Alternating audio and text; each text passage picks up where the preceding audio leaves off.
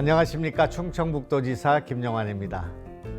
4월 과학의 달을 맞아 충북과학문화거점센터와 MBC 충북이 함께 준비한 공감충전 과학 콘서트를 진심으로 축하드립니다. 대한민국은 세계 과학기술의 선두주자로 당당히 자리매김을 하였고 우리도는 과학, 경제, 교육 1등 충북을 만들기 위해 다양한 노력을 펼치고 있습니다. 특히 청주 오창에 구축 중인 꿈의 현미경 다목적 방사광 가속기는 우리나라 과학기술의 수준을 한 단계 끌어올릴 뿐만 아니라 과학, 산업 등 폭넓은 분야에 활용될 것입니다. 뜻깊은 오늘 행사가 과학문화 확산에 크게 이바지할 것을 기대합니다. 감사합니다. 안녕하세요. 2023 공감충전 과학 콘서트 진행을 맡은 송민수입니다. 충청북도 오창이 4세대 방사광 가속기가 들어서면서 굉장히 많은 주목을 받고 있습니다. 예산 1조 원, 국가적 첨단 대형 연구시설. 와, 이런 단어만 들어봐도 얼마나 대단한 것인지를 느낄 수 있는데요. 이 방사광 가속기가 정말 머지않아 우리 눈앞에 만들어진다고 합니다.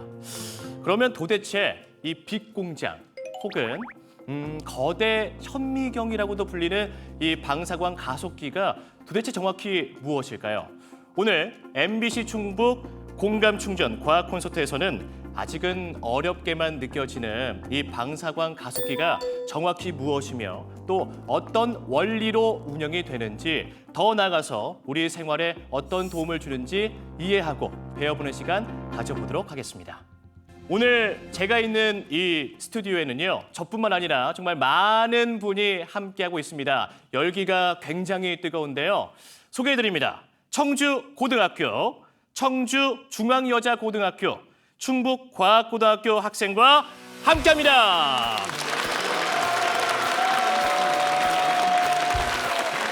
자, 그럼 지금부터 과학 콘서트를 진행해 보도록 하겠습니다. 서울대학교 물리천문학부 김형도 교수님을 모시겠습니다.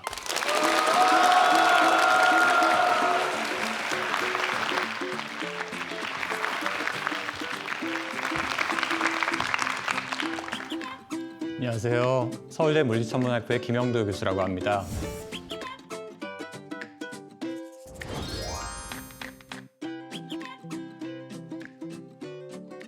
방사광 가속기를 이해하는 데 필요한 빛에 대한 가장 기초적인 설명을 해드리는 걸 목적으로 이 자리에 섰습니다. 그래서 제가 한 1, 20분 동안 여러분들이 상식적으로 알고 있는 빛을 넘어서서 여기서 얘기하는 빛이 무엇인지에 대해서 여러분들에게 설명을 드리고 아마 여러분들이 이제 세상을 보는 관점을 좀 더 깊게 세상을 이해해서 바라볼 수 있는 방식으로 바꿀 수 있도록 노력해 보겠습니다. 네, 감사합니다.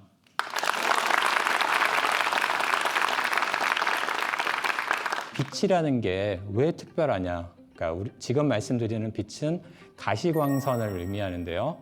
눈으로 볼 수 있는 빛이 왜 중요한가 하는 거는 우리가 지금 이 굉장히 광대한 우주에서 소위 말하는 우리 은하의 태양계라는, 그러니까 태양을 중심으로 해서 돌고 있는 여러 행성들 중에서 지구라고 하는 아주 특별한 행성에 살고 있다는 이 사실과 밀접하게 연관이 돼 있습니다.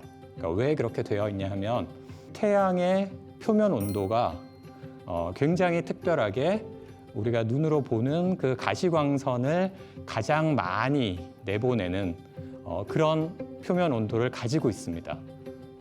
만약에 여러분들이 그냥 상상을 하셔서 세상에 우주가 있었고 거기서 수소그룹이 뭉쳐서 별이 생겨났고 그 생겨난 별에서 주변의 어떤 행성에 생명체가 탄생을 한다면 그 생명체는 당연히 별에서 나오는 그 빛 에너지를 가장 핵심적으로 이용을 하게 되겠죠.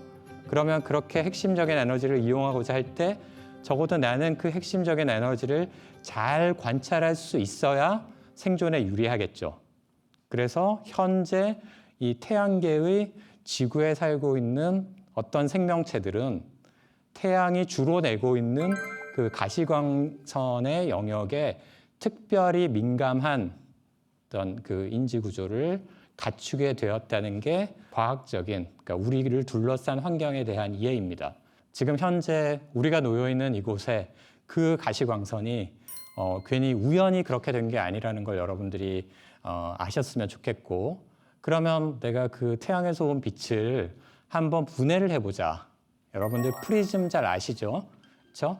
그러니까 프리즘을 통해 가지고 태양 빛을 분해를 할 수가 있는데, 이 분해라는 거의 의미는 우리가 빛을 어떤 색으로 인지를 하지만 실제로 물리적으로는 각자 다른 파장을 가진 여러 가지 빛들의 종합체입니다.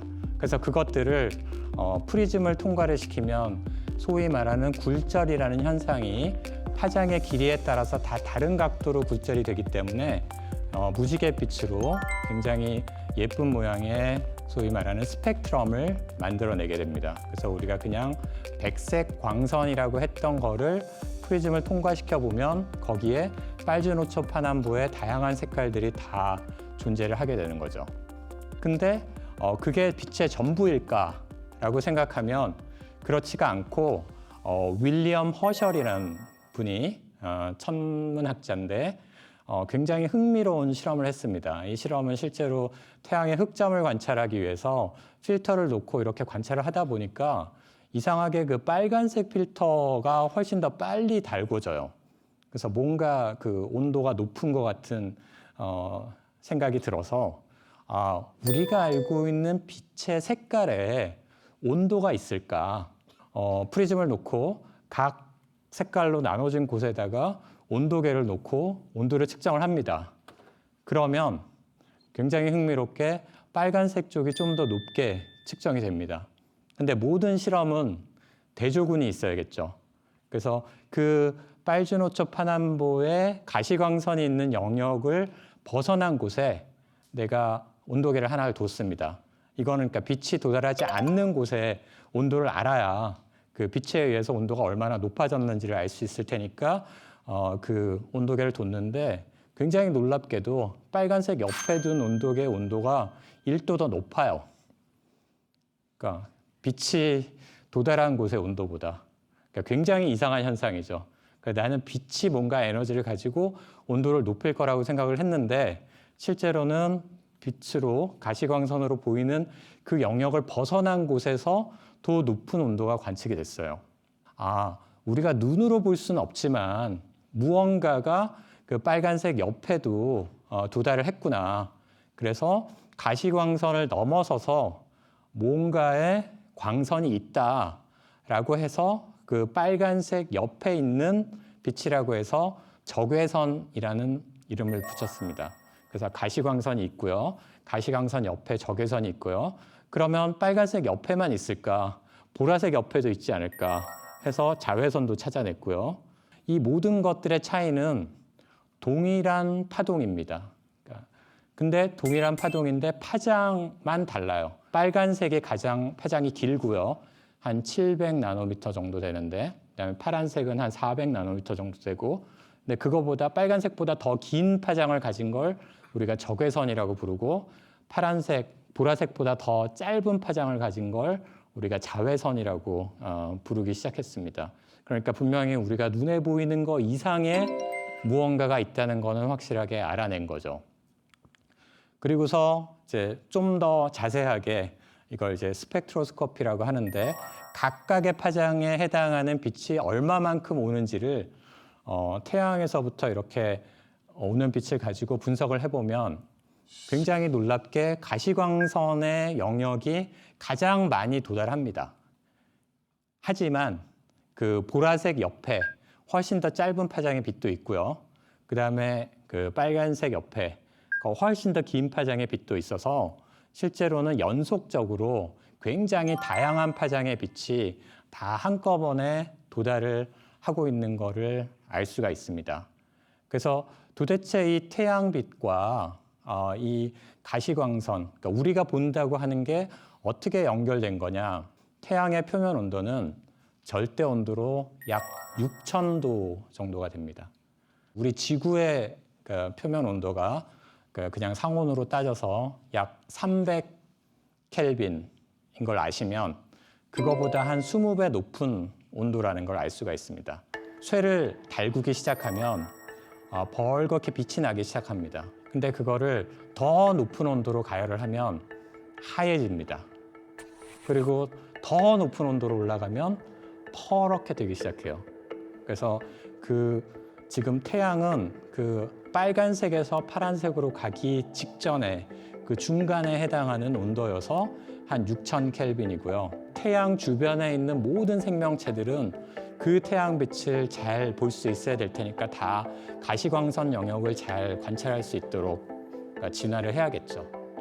그게 첫 번째 제가 여러분들에게 드리고 싶은 메시지입니다. 우리가 지금 가시광선을 보는 이유는 태양의 표면 온도가 6000켈빈이기 때문이다. 그래서 이렇게 태양의 표면 온도가 실제로 우리가 가시광선을 볼 수 있게 한다는 것을 알려주기 때문에 굉장히 함의가 크고요. 그리고 마지막으로 말씀드릴 것은 가시광선을 넘어서는 다른 파장의 빛이 있다고 했죠. 그래서 물리학에서는 빛이라고 하면 그 모든 파장의 전자기파를 다 통칭을 합니다. 그래서 꼭 눈에 보여야 빛이 아니라 그 가시광선과 정확하게 동일한 특성을 가졌는데 파장이 다르다. 이거를 물리적인 용어로는 전자기파라고 규정을 하고요. 그걸 우리가 그냥 일상적으로 빛이라고 표현을 합니다. 여러분들이 뒤에 듣게 될 그 방사광 가속기의 그 빛도 이런 일반적인 의미에서의 빛이라는 걸 눈으로는 아무리 보려고 해도 볼 수 없다는 걸 여러분들이 알아두시길 바라고, 그러면 그 빛을 어떻게 만들어낼 거냐. 그러니까 태양은 태양 나름대로 그 핵융합을 통해서 빛을 만들어냈죠. 근데 우리가 지구상에서는 가속기가 지어지는 것처럼 전하를 띤 물체가 있으면 이 전하를 띤 물체 주변에 항상 가상의 광자, 그러니까 빛이 있습니다. 그러니까 실제로는 전하 주변에는 전기장이 있다고 하죠. 근데 그 전기장을 우리는 광자들의 집합체라고 하는데 무슨 당구공처럼 실제 광자가 있는 게 아니라 가상의 광자가 있습니다. 이거는 불확정성 원리에 의해서 허용이 되는데, 그래서 걔네들은 잘 관측이 안 되는데 만약에 이 전자가 가속을 하는 순간 거기에 있던 광자가 에너지를 받아서 실제로 입자로 튀어나옵니다. 그러면 그걸 우리가 빛으로 관측을 하게 돼요. 그래서 전자를 가속을 시키면 빙글빙글 그 원형 궤도를 따라서 돌리면 항상 전자의 운동 방향과 같은 방향으로 빛이 계속 나오게 됩니다. 기본적으로 이런 원리를 이용해서 우리가 전하를 띤 입자를 가속시켜서 손쉽게 빛을 만들어낼 수 있고요. 그러면 그렇게 나온 빛의 파장은 어떠냐 하면 가속시키는 입자의 에너지가 얼마나 크냐에 따라서 굉장히 짧은 파장의 빛이 만들어질 수가 있겠죠. 그래서 제가 오늘 이 20분의 짧은 시간 동안 설명드리기에는 좀 복잡한, 사실은 굉장히 간단합니다. 이 전자기파라는 빛이라는 것이 어떻게 작동하느냐 하는 거는 소위 말하는 4개의 법칙에 의해서 잘 이해가 되고 있는데, 그게 여기 써 있는 이제 맥스웰 방정식입니다. 가우스를 포함해서 이제 유명한 물리학자들의 이름이 차례차례 나와 있는데, 제가 오늘 입고 온 티셔츠에 이 첫 번째 줄이 그 맥스웰 방정식을 한 줄로 표현한 식입니다.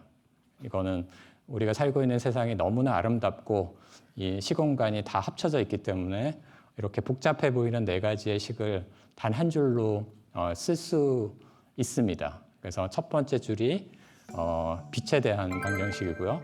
두 번째 줄이 전자에 대한 방정식이고, 세 번째 줄이 이제 전자가 힉스 입자와 어떻게 상호작용하는지, 네 번째 줄이 이제 힉스 입자 자체의 운동 에너지와 이제 포텐셜 에너지를 알려주는, 세상의 모든 법칙에 대한 방정식이 이렇게 티셔츠 한 장에 쓰여질 수 있다는, 적어도 우리가 물리를 통해서 세상을 보는 방식은 굉장히 놀라워요. 그러니까 인간이 이만큼 많은 것들을 이해할 수 있다는 거는 다시 생각해도 굉장히 놀라운 일인데, 제 주어진 시간이 다 돼서 오늘 빛에 대한 소개는 이 정도로 마치도록 하겠습니다. 감사합니다.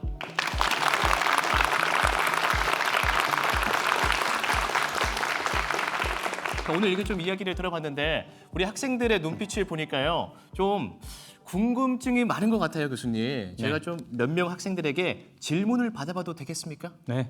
알겠습니다. 자, 그러면 우리 학생분들 중에서 좀 강연을 듣고 궁금한 점이 있다 하시는 친구 한번 손 한번 번쩍 들어주세요.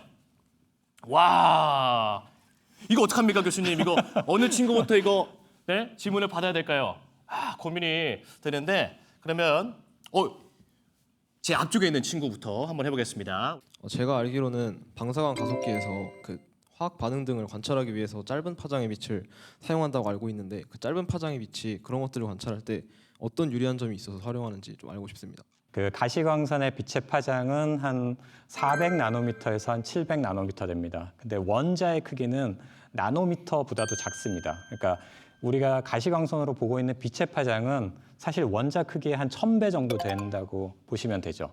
그러면 그런 가시광선으로는 원자가 어떤 모양인지는 절대로 볼 수가 없습니다.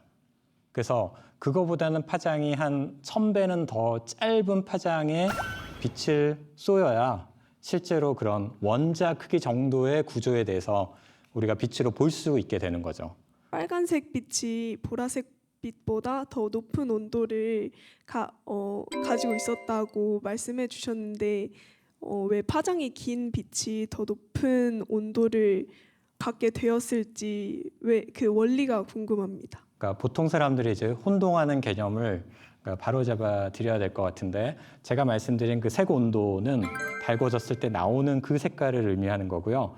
여기다가 온도계를 넣고 내가 잴 때는 그 빛의 실제 온도를 재는 게 아니라 그 빛이 얼마나 그 공기 분자를 달궜느냐 이거를 측정하게 됩니다. 근데 우리의 대기는 실제로는 적외선을 가장 잘 흡수를 하게 돼 있습니다.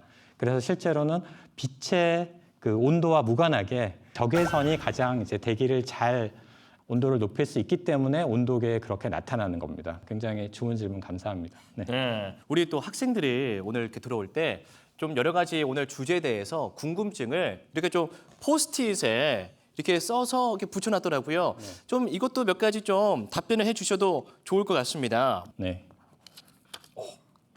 자, 네, 입자이며 파동이다 이 질문에 대해서는 저도 잘 모르겠는데 이게 질문인지 네. 좀 답변 좀 해주시죠. 네, 여러분들이 생각하는 빛이 만약에 전자기파라고 하면 그냥 파동이죠.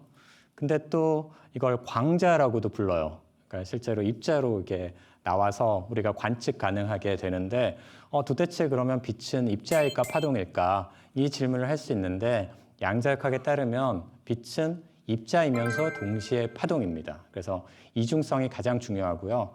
내가 이걸 입자로 보고 싶으면 입자로 보게 되고 파동으로 보고 싶으면 파동으로 보게 되는 아주 흥미로운 성질을 가지고 있는 그래서 양자역학적 특성이 가장 잘 담겨 있는 그런 대상이라고 생각하면 됩니다. 하나만 더 한번 뽑아주시겠습니까? 네, 와, 저도 이거 한번 질문을 드려보고 싶었는데 빛의 속도는 유한한가요? 라는 질문이에요, 교수님. 네, 빛의 속도는 유한합니다. 근데 유한하긴 한데 그 속도가 너무나 빨라서 30만 킬로미터를 1초에 갑니다.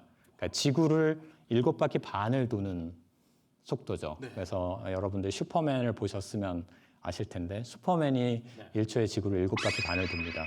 그래서 정확하게 그게 광속이고요. 그래서 그런 속도는 거의 무한한 거나 다름없이 우리가 느끼기 때문에 일상에서 그 차이를 못 느꼈던 거지 만약에 우주의 굉장히 먼 곳을 본다. 그러면 지금도 아주 멀리에서 출발한 빛은 지금도 오고 있거든요. 그러니까 그 속도가 유한하다는 거는 그러니까 실질적으로 우리가 우주를 이해하는 데 굉장히 큰 영향을 미친다는 거를 여러분들이 알고 계시면 좋겠습니다. 알겠습니다. 우리 또 학생들의 눈높이에 맞게 또 슈퍼맨에 좀 이렇게 비유를 해가지고 좀 쉽게 답변을 해주셨는데요. 오늘 끝으로 한번 소감 한 말씀 남겨주시죠. 이게 짧은 시간이라서 각각의 주제들이 굉장히 흥미롭지만 제가 잘 전달할 수 있을까 약간 걱정을 했었는데 질문들이 너무나 수준이 높고 훌륭해서 다들 잘 알아들으셨구나. 그리고 스스로 뿌듯하게 생각이 듭니다. 네. 네, 알겠습니다. 자, 지금까지 서울대학교 물리천문학부 김형도 교수와 함께했습니다. 여러분 큰 박수 부탁드릴게요. 고맙습니다.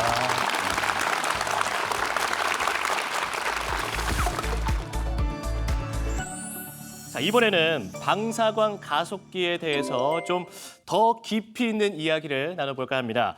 고인수 다목적 방사광 가속기 구축 사업 단장님과 함께하겠습니다. 여러분 큰 박수 부탁드립니다.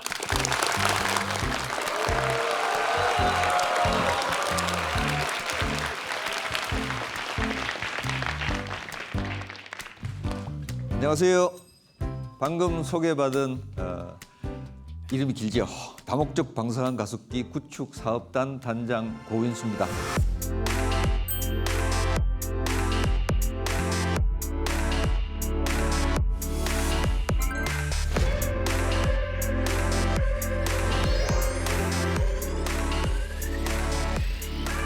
여기 보이는 이 사진은 포항 가속기 연구소의 전경입니다. 대각선으로 이렇게 긴 가속기가 하나 보일 건데요. 저거는 이제 포항에서 만든 제4세대 방사광 가속기라고 하는데 그 3세대 다음에 졌다고 해서 4세대인데 사실은 정확하게 표현하면은 X선 레이저 가속기입니다. 레이저 포인트 같은 거 사용할 때 보면 빨간색이든지 파란색이든지 색깔이 하나만 나오지 않습니까? 저기는 X선이 하나만 나오는 겁니다. 그렇게 만든 거고 그 옆에 옆에서 좀 보면은 구자 같기도 하고 육자를 뒤집어 놓은 것 같기도 하는 그런 기계가 보이는데 그 기계는 3세대 방사광 가속기, 영어로는 포항 라이트 소스. 근데 중간에 업그레이드 됐기 때문에 포항 라이트 소스 2라고 이름을 보통 부릅니다. 저 방사광 가속기는 우리나라에서 최초로 만들었을 것뿐만 아니라 전 세계에서 저런 종류의 가속기, 그러니까 최신형인데 그 당시만 해도 세계에서 5번째로 만들어진 그 당시만 해도 엄청나게 최신형인 방사광 가속기였고 제가 지금 맡아서 오창에다 건설할 거는 저 두 개의 특성을 조합해서 또 새로운 최신형의 방사광 가속기를 둘레 800m 정도의 크기로 만드는 것이 제 임무가 되겠습니다. 아까 그 김영도 교수님께서 빛에 대해서 말씀을 해주셨는데 저는 이제 이런 빛을 대량으로 만드는 사람이니까 그런 빛을 많이 만들어내는 건 뭐라 그래요? 뭐 어떤 물건을 많이 만들어내는 거? 공장이지요. 저 같은 사람 입장에서는 공장을 짓는 거지만은 실제 이용자들 그분들은 자기가 원하는 빛들이 있어요. 주로 X선이지만은 X선이 아니고 그거보다 파장은 조금 긴 그 자외선이 조금 더 파장이 짧아지면은 진공 자외선이라는 게 있습니다. 그 자외선은 대기 중을 지나갈 수는 없고 진공 속에서만 지나가는데 그 진공 자외선으로 볼 수 있는 가장 적당한 대상이 뭐냐면은 반도체의 표면입니다. 그래서 저 백화점이라고 얘기를 하는 거는 그런 종류의 빛을 골라서 쓸 수 있는 사람들의 입장에서는 백화점인 거죠. 근데 어느 공장하고 다르게 이 방사광 가속기는 공장은 공장인데 물건을 포장해서 팔 수가 없어요. 여러분들 빛을 포장할 수 있어요? 잘라서 못 팔죠. 그래서 이용자들이 반드시 이 공장에 와야 되는 그런 특별한 설비가 되겠습니다. 그러면은 이제 빛 공장에서 쓰는 원료, 재료가 뭐냐? 이거는 이제 전자를 재료로 해서 씁니다. 전자를 빨리 가속을 시키면 이제 전자파가 나오는데 그러면 전자는 어떻게 만들어내야 되느냐? 전자 우리 몸속에도 무지무지하게 많이 있어요. 거의 모든 우주를 구성하는 물체들 안에는 다 있는데 그래도 제일 쉽게 만드는 방법은 그래도 금속 안에 있는 놈을 떼내는 겁니다. 네, 금속은 달구면은 저절로 이제 전자들이 튀어나오는데 과거에는 참 설명하기가 편했습니다. 왜냐하면 집에 저런 테레비 혹시 본 적 있으세요? 아주 구형 테레비. 저 구형 테레비 뒤쪽에는 전자총이라는 놈이 있어요. 저 전자총은 금속으로 돼 있는데 열을 가해가지고 달구면은 전기를 통해서 달구면은 거기서 전자가 튀어나옵니다. 그 튀어나오는 전자는 마이너스를 뗐으니까 플러스 마이너스 전극을 수직 수평으로 잘 놓고 이렇게 조정을 하면은 브라운관 면 앞에다가 그림을 그리고 되고 그게 여러분들이 옛날에 보셨던 이제 브라운관 TV 아니면 모니터 같으면 CRT 모니터가 되는데요. 어쨌든 금속에서 전자가 튀어나오는 거를 받아다가 이제 가속을 시키기 때문에 방사광의 재료는 전자입니다. 거울처럼 가공된 구리면에다가 레이저를 쏘면은 레이저가 그 구리면에 닿는 동안에 전자가 느껴져서 나옵니다. 그 현상을 최초로 이런 현상이 있을 수 있다라고 설명을 한 사람이 그 옆에 머리 하얀 분 누구시죠? 알버트 아인슈타인이죠. 알버트 아인슈타인이 1905년에 저 논문을 냈어요. 그래서 노벨상 위원회가 아인슈타인한테 노벨상을 주는데 아인슈타인은 상대성 이론으로 잘 알려지지만 상대성 이론으로는 노벨상을 못 탔습니다. 광전 효과로 노벨상을 탔습니다. 자, 그래서 이제 전자가 만들어지는데 저걸 이제 가속을 시켜야 돼요. 가속을 시켜야 되는데 1900년대 초만 해도 공기 중에서는 이렇게 전기 장치로 걸면은 100만 볼트 이상을 걸면은 다 절연이 파괴가 돼 갖고 기계가 동작을 안 하고 망가지거나 잘못하면 불타버립니다. 그래서 과학자들이 생각해낸 방법이 저 서핑하는 사람을 전자라고 생각하고 저 뒤에 보이는 큰 파도를 전자파라고 생각을 해보십시오. 그래서 전자파를 만들어서 그 파동 위에다가 전자를 실어서 밀어버리면은 전자가 광속으로 가속이 됩니다. 이게 최신형 선형 가속기의 원리고 이걸 기본으로 해가지고 포항이든 세계 어디든 간에 전자를 그런 형태로 가속을 시키게 됩니다. 근데 이제 방사광이라는 게 뭐냐? 이제 전자를 가속을 시키면은 전자파라는 게 나오는데 이 전자파는 전자의 속도가 천천히 가면은 이렇게 둥그스름한데 가운데는 콕 찍어서 없는, 그러니까 마치 이제 그 도넛을 가운데다 이렇게 눌러놓은 것과 같은 그런 형태의 전자파를 만들어냅니다. 근데 얘가 빨라지기 시작하면은 서치라이트 쪽으로 앞쪽으로만 빛이 나와요. 이게 방사광이고 얘가 커브 틀면은 당연히 접선 방향으로 이렇게 나오겠죠. 문제는 이걸 속도를 조금씩 더 올려요. 전자의 속도를 올리면은 포항에 아까 보였던 그 동그란 가속기의 전자의 그 에너지가 얼마냐면 30억 볼트입니다. 그러니까 1.5볼트짜리 그 배터리를 20억 개를 직렬로 연결하면은 이제 그 전압이 나오죠. 그럼 1.5볼트 배터리 20억 개를 직렬로 연결하면 그 길이가 얼마일까요? 자그마치 9만 킬로미터입니다. 지구를 2바퀴 돌고도 남아요. 그러니까 그런 가속기는 만들 수가 없죠. 그런 방법으로는. 그러면 30억 볼트의 에너지를 가진 전자의 속도는 얼마나 되는가? 초속 30만 킬로미터로 빛이 달려가는데 30억 볼트의 전자를 갖다가 같이 땅 해서 놓고 경쟁을 시키면은 1초에 3m 뒤집니다. 30만 킬로미터 빼기 3m의 속도예요.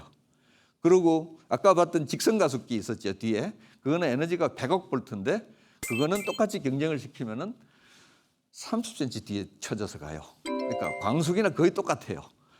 그런 방사광이 이 인간이 만들어낸 건 1946년에 처음 만들어냈어요. 근데 우주 안에는 아직도 굉장히 많이 있고 지금 저 보이는 저 사진은 허블이 찍은 유명한 그 우주 사진 중에 하나인데 저 안에 퍼렇게 보이는 빛들이 전부 다 그 안에서 뛰고 그 운동하고 있는 전기를 띠는 물체들, 전자뿐만 아니라 양성자도 있고 뭐 온갖 것이 다 있을 건데 전기를 띠고 있는 물체들이 자기장 속에서 움직일 때 저와 같은 그러니까 저 조건에 맞았을 때는 저와 같은 가시광선의 빛을 만들어내는 겁니다.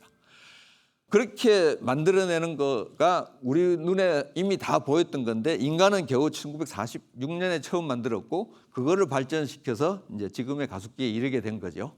자, 그래서 가속기를 만들려면은 제일 중요한 것이 동그랗게 만드는 게 가장 잘 쓰는 방법이에요.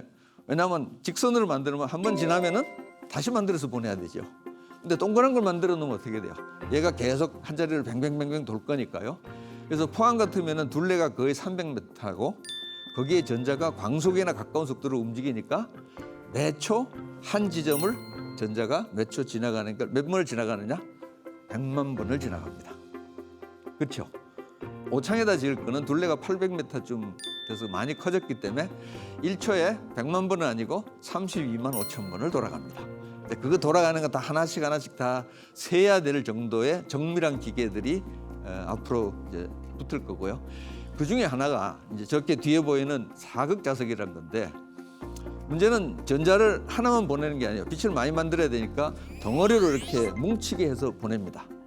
이 덩어리 하나는 길이가 한 1cm, 좌우 상하로 한 1, 2mm 정도 되는 이렇게 길게 생긴 그 결함 같은 그런 모양인데 그 공간 안에 전자가 대략 10억 개가 들어 있습니다.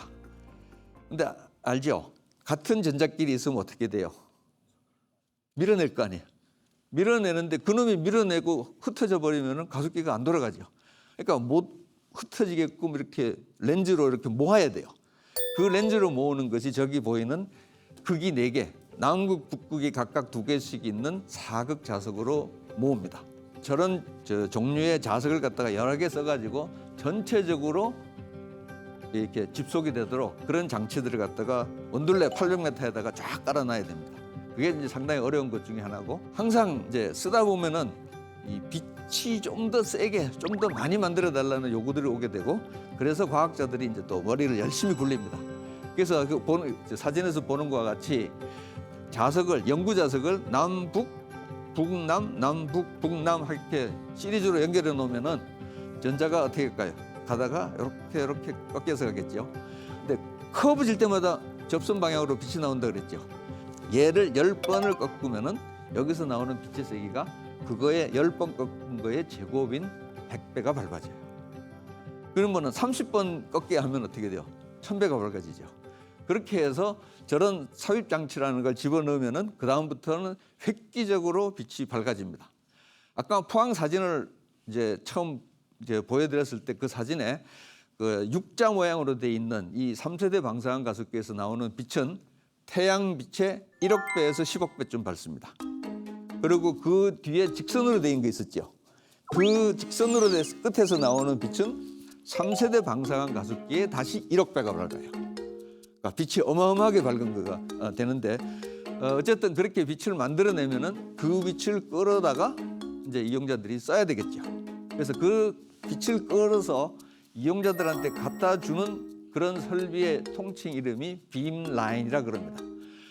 여기 뒤에 이제 앞에 사진에 보시면은 이렇게 초록색으로 연두색으로 칠해진 이제 집들이 이렇게 몇 개가 보이는데, 저 안에 X선이 들어가서 실험을 해야 되기 때문에 저기서 일하는 사람들을 보호하기 위해 가지고 실험 장치를 금속 납하고 철판으로 돼 있는 금속 케이스 안에다 집어넣고 밖에서 원격 조정하면서 실험을 하게 됩니다. 왜 우리가 이런 이제 장치를 갖다가 이제 하게 되고 어디다 많이 쓰는가에 대해서 이제 얘기를 좀 잠깐 해보면은, 우리나라는 이제 본격적으로 수출로 먹고 사는 나라로 이제 발전을 했고, 요즘 제일 잘 팔리는 물건이 뭐가 있나요? 반도체도 있고 또 전기자동차 있죠. 그 전기자동차 안에는 뭐가 들어있어요? 2차 전지가 들어있죠. 그 2차 전지를 우리나라가 지난 한 20년 전부터 했기 때문에 그 2차 전지에 관련된 연구들이 포항에서도 지난 한 20년간 열심히 있었습니다. 저 원통형으로 감아놓은 배터리인데 저 하얗게 보이는 것이 지금 열이 나고 있어요. 저 열이 나고 있는 것이 조금 있다가 어떻게 되는가 보시죠. 터졌죠. 2차 전지에서 가장 무서운 게 뭡니까? 배터리 폭발하는 거죠. 그 배터리가 폭발하는데 폭발하기 전에 배터리를 구성하고 있는 그 안에서의 내부 물질들이 화학적으로 어떻게 변하고 물리적으로 어떻게 변하는지를 저런 X선으로 쓰고 있는 방사능 가속기 빔라인에다가 갖다 놓고 있으면은 그 결과를 갖다가 한꺼번에 다 볼 수 있는 거죠. 자, 우리나라에 있는 유수의 2차 전지 회사들이 저거를 연구를 해야 되는데, 폭발하는 순간과 그때 어떤 조건들이고 어떻게 해야지 피할 수 있는가를 연구를 해야 되는데, 저런 설비가 우리나라에 없으면 어떻게 될까요? 외국 나가서 해야 되죠. 외국 나가서 하면은 그 순간에 우리가 어디까지 와 있는가의 기술을 다 노출시키는 거죠. 그래서 포항에서 저런 게 있기 때문에 지금의 배터리가 우리나라에서 효자 상품으로 여겨질 수 있는 그런 과거에 쌓여 있는 역사들이 보여주고 있는 거죠. 자, 이 빔라인에는 누가 와서 쓰느냐? 제일 많이 쓰는 사람들이 거의 절반이 화학하는 사람들이에요. 그러니까 결국은 배터리 관련된 것들이 다 화학 관련된 연구들이니까요. 그리고 그 다음에 쓰는 사람들이 생물하고 그다음에 물리 쪽인데, 저는 좀 생물 쪽에 좀 이렇게 관심을 좀 가져 보려고 합니다. 이게 네이처라고 하는 그 굉장히 유명한 영국에서 나오는 잡지인데, 저기에 논문 하나 실는 것이 과학자들의 소원이에요.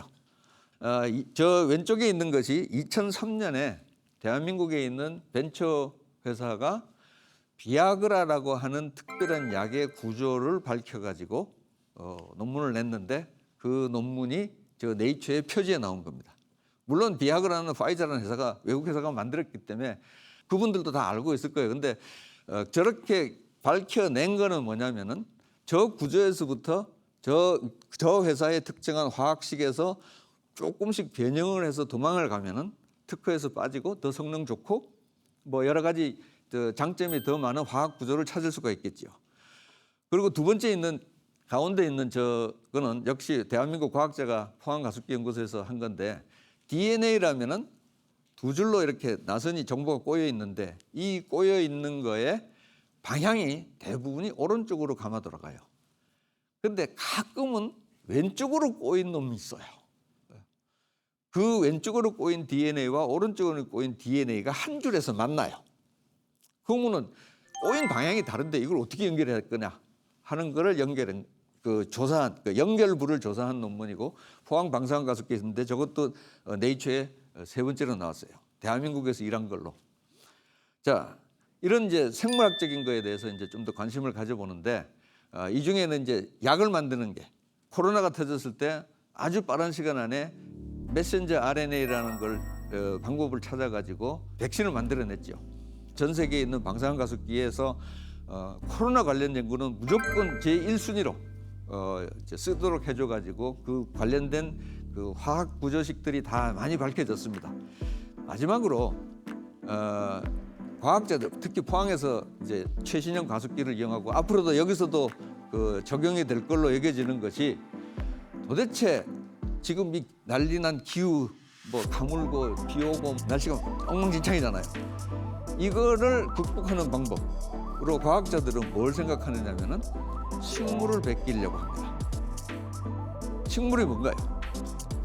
태양빛을 받고 수분을 받고 이산화탄소를 흡수해가지고 쭉 해가지고 포도당을 만들고 그 포도당을 만든 나머지 찌꺼기가 뭔가 하면 산소죠. 그 산소를 내보내요.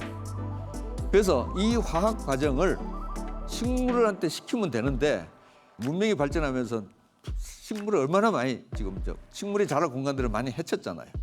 그래서 이제 과학자들은 그거를 아예 인공적으로 식물이 하는 기능을 뺏기자는 것이 지금 현재 그 굉장히 앞서가는 연구소들이 하고 있는 일이고 그걸 하려면 어떻게 되느냐? 식물이 가지고 있는 엽록소의 화학 구조를 알아야 되는 거죠. 지금 한 4분의 3 정도 풀려 있어요. 이제 그게 풀려 가지고 이제 기술이 완성이 되면은 이제는 태양광 이거 뭐 펜을 붙이는 게 아니라 창문에다가 그냥 이 엽록소 페인트를 칠하면은 거기에서 식물처럼 햇빛 받고 이산화탄소 흡수해가지고 화학 에너지 만들고 산소 만들어내는 이런 선순환들이 이제 돌기 시작하면은 지금 있는 기후 변화가 훨씬 빠르게 정상화시킬 수가 있겠죠. 그래서 새로운 방사능 가습기의 사실 궁극적인 목표는 저거를 도전하는 겁니다. 오창에다 건설할 거는 27년 말, 28년이면은 이제 이용자들이 쓸 수가 있을 거기 때문에 그때쯤 되면 이제 과학에 관련된 흥미를 가지신 분들이 계시면은 그런 분야에 새롭게 도전하고 자기의 명성뿐만 아니라 인류를 구해줘야 하는 그런 연구를 하는 그런 기회를 갖다가 가져보기를 가습기를 짓는 사람 입장에서는 기대를 해보겠습니다. 여러분 경청해 주셔서 감사합니다. 감사합니다.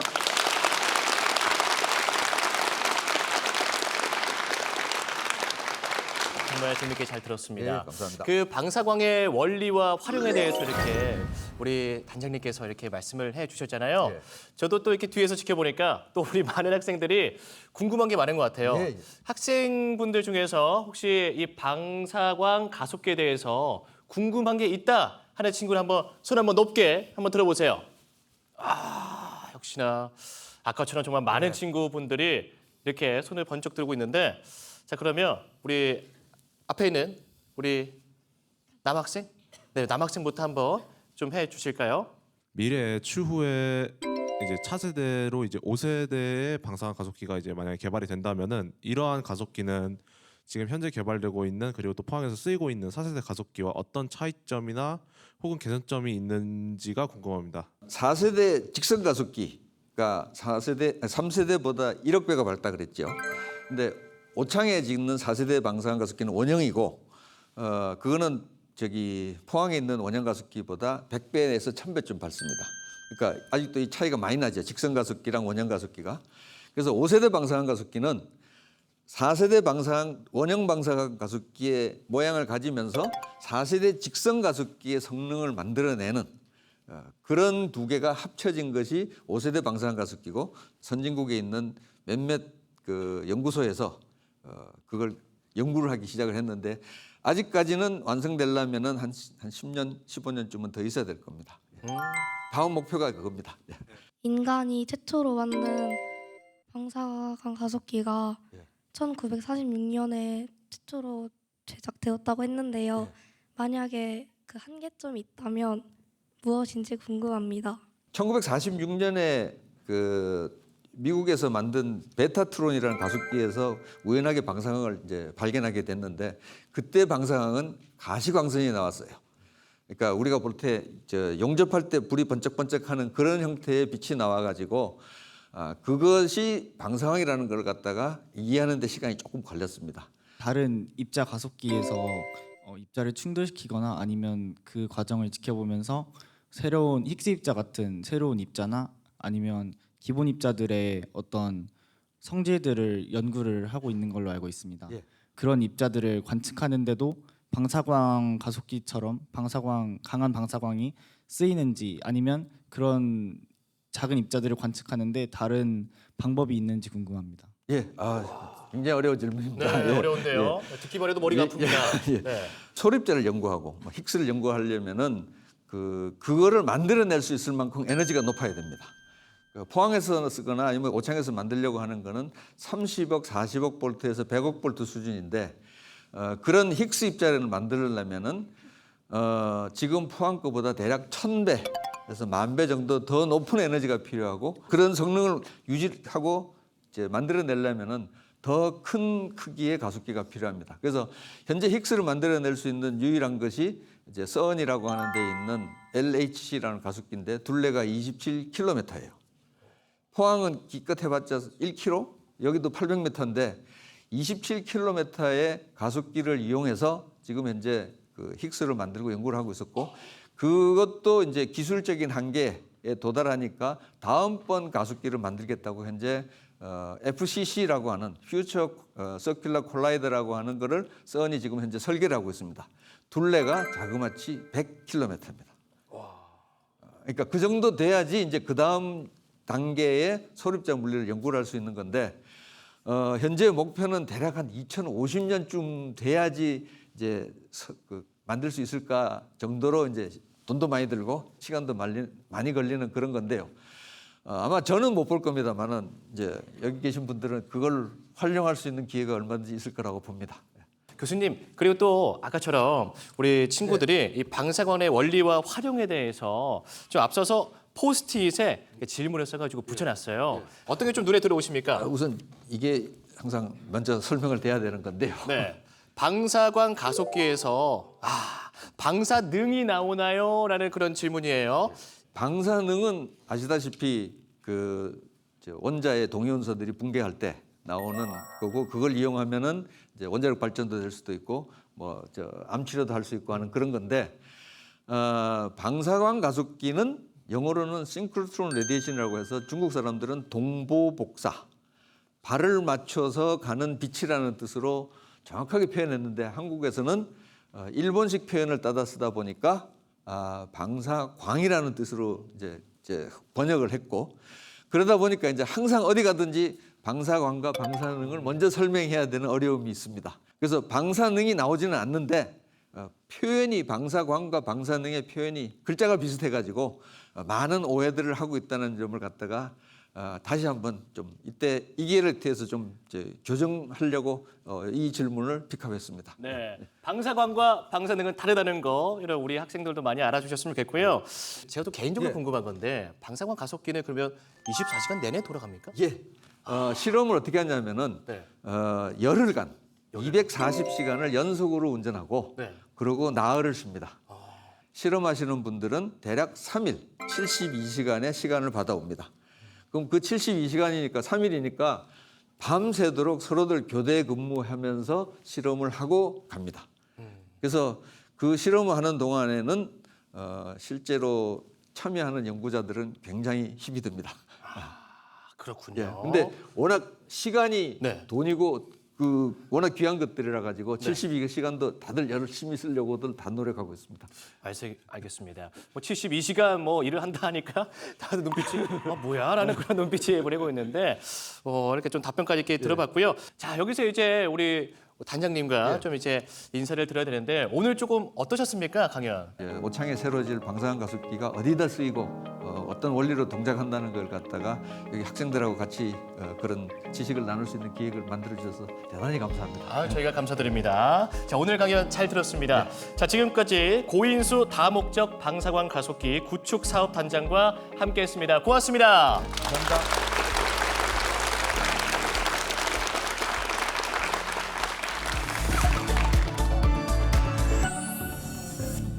혁신적인 과학기술을 기반으로 한 신산업의 육성이 이제 지속가능한 미래 먹거리 창출과 국가 경쟁력 향상, 경제 발전의 핵심 열쇠로 자리를 잡고 있습니다. 방사광 가속기가 그 역할을 이어갈 막중한 책임까지 지게 됐는데요. 오창 방사광 가속기 구축이 앞으로도 성공적으로 진행되길 우리 모두가 응원하도록 하겠습니다. MBC 충북과 한국교통대학교 과학문화거점센터가 함께한 공감 충전 과학 콘서트, 저는 여기서 인사드리겠습니다. 시청해주신 여러분 고맙습니다.